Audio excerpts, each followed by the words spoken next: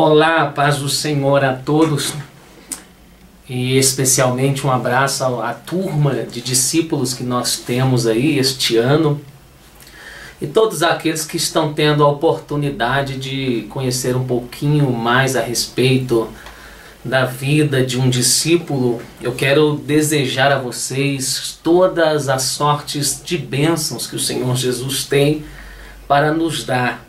E neste vídeo aqui, eu queria deixar para vocês um texto bíblico muito importante, só para que vocês sejam edificados na palavra de Deus.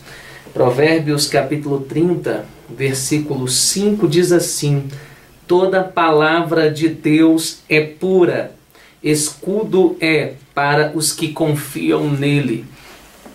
Quero deixar aqui que a nossa maior proteção para vencer neste mundo as hostes espirituais do mal é uma vida embasada na palavra de Deus, que ela esteja na nossa mente, no nosso coração, e assim nós possamos frutificar em justiça diante de Deus. Este vídeo ele está sendo feito por causa do efeito da primeira aula da apostila de discípulos do Senhor e Salvador Jesus Cristo. Depois da primeira aula presencial, alguns alunos perguntaram: pastor, e agora o que nós devemos fazer quanto ao outro texto? O que vai acontecer? Então eu quero passar aqui uma palhinha rapidinho sobre o segundo texto introdutivo da apostila, o segundo e último, antes de entrarmos nas lições de fato. Mas eu queria só recapitular aqui alguma passagem aqui do texto 1 ainda, da questão da obediência, da formação de um líder, do caráter, etc. Eu quero só lembrar vocês aqui que vocês decorem, guardem isso no coração, porque o Novo Testamento ela tem 4 palavras a respeito do servo, do discípulo, que no original grego seriam as palavras diáconos, a palavra doulos, a palavra liturgos e a palavra uperetas.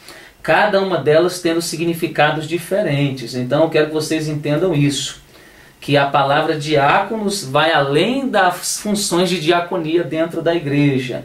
Quando o apóstolo Paulo estava falando a respeito do servo na questão do diaconato, ele estava mostrando que nós temos que ter o exemplo de sempre servir ao nosso próximo. Não somente limitarmos as orações, as palavras, mas o servir do dia a dia. E isso é importante porque na época bíblica os diáconos, principalmente Estevão, que foi um dos mais destacados, dentre todos eles serviam as viúvas, os pobres, todas aquelas necessidades sociais da época da igreja neotestamentária e que existem ainda hoje na igreja odierna. Segunda palavra para servos é a palavra doulos, que significa viver uma vida em completa submissão ao Senhor e doarmos tudo que somos e temos a Deus, ao nosso próximo. Atitudes que vão confrontar o individualismo do nosso século. Então nós temos que entender essa questão da palavra doulos também, que é uma questão de entrega, de renúncia, de hedonismo, anti-individualismo. Hedonismo é a cultura de o que importa é o que me dá prazer, que sacia sempre o meu eu e a minha vontade. Então nós agimos de forma diferente às culturas práticas hedonistas. Temos também a palavra liturgos. Pode ver que liturgo já vem da palavra liturgia do grego. Então o que essa questão de servir na questão do liturgo significa? O servir nas liturgias, nos cultos, né? As pessoas geralmente falam: não, só quem tem que pregar, orar, aconselhar, ajudar é o pastor, ele que se vira. Eu só venho aqui, cultuo, dou meu dízimo, minha oferta e vou embora. Não, a palavra liturgo está relacionada quando você serve na liturgia, seja limpando a igreja, abrindo as portas, ajudando na oração da intercessão, trazendo uma palavra de ânimo para alguém, se dispondo em alguma coisa dentro do culto, dentro daquele período que nós estamos adorando, cultuando a Deus. Então é muito importante, tá?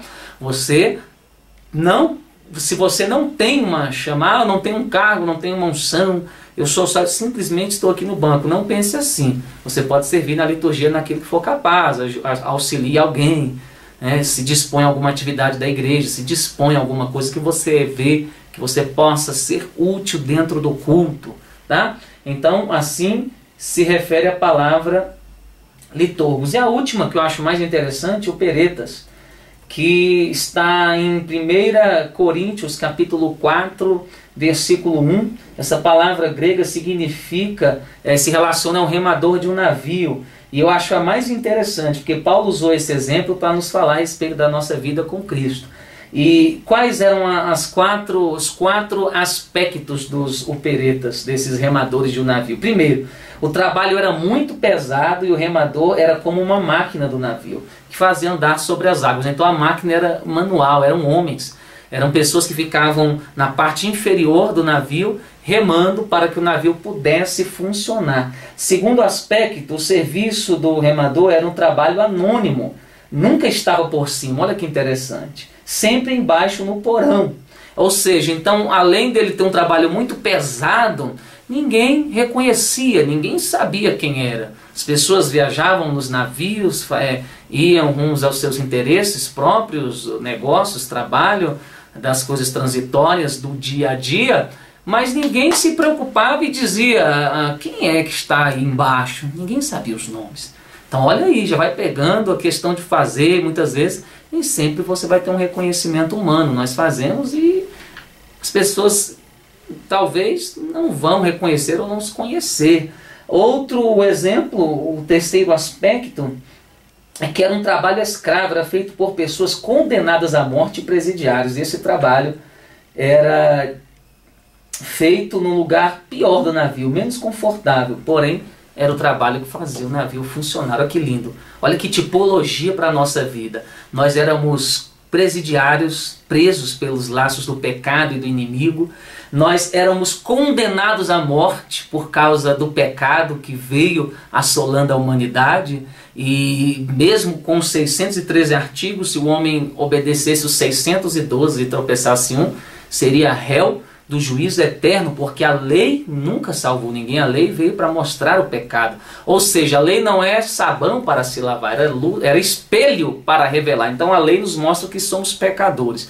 E quando vemos que somos pecadores e não merecemos o céu, nós perguntamos, o que fazemos agora? Aí veio o sacrifício de Cristo, a graça que cumpriu a lei e nos deu a salvação. Então esse terceiro aspecto é maravilhoso. Por quê? Porque todos nós éramos presos pelos inimigos, pelo pecado, por espíritos opressores, escravizadores pelo sistema deste mundo. Estávamos condenados à morte eterna por causa do pecado, porque toda alma que pecar morrerá. O salário do pecado é a morte, mas o dom gratuito de Deus é vida. Então, quando Jesus fez a sua obra no Calvário, ele rasgou a cédula de morte. E a gente que merecia a morte, agora trabalhamos para funcionar esse grande navio que traz salvação, andando no mar da vida, colocando almas dentro deste navio, rumos ao céu. E quem trabalha nisso somos nós. Antes não tinha direito à vida, a nada.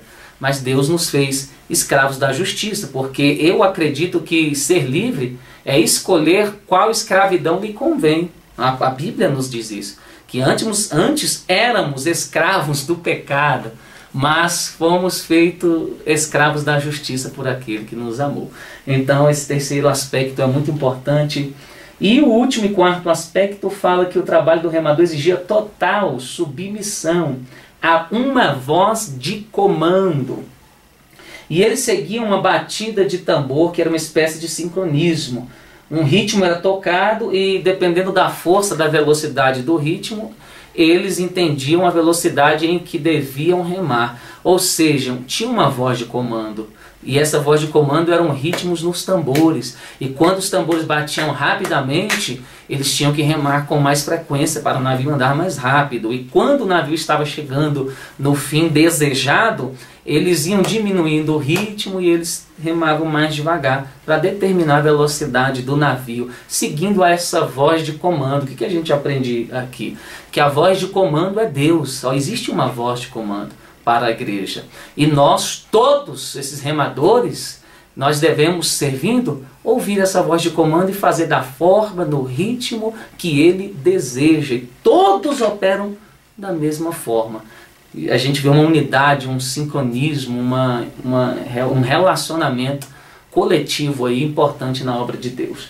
Então é isso que eu queria trazer para vocês ainda do texto 1. Agora entrando no texto 2 rapidamente, do capítulo 1 ao 23 do livro de Josué, ele é chamado de servo de Moisés. Só no capítulo 24 que ele é chamado de servo do Senhor. Então a gente vê o processo aí para a gente se tornar um líder, primeiro servindo, até chegar à posição de um líder representado pelo Senhor. Então o líder ele tem 4 características: ele obedece, ele serve, ele está junto, ele não pratica conspiração.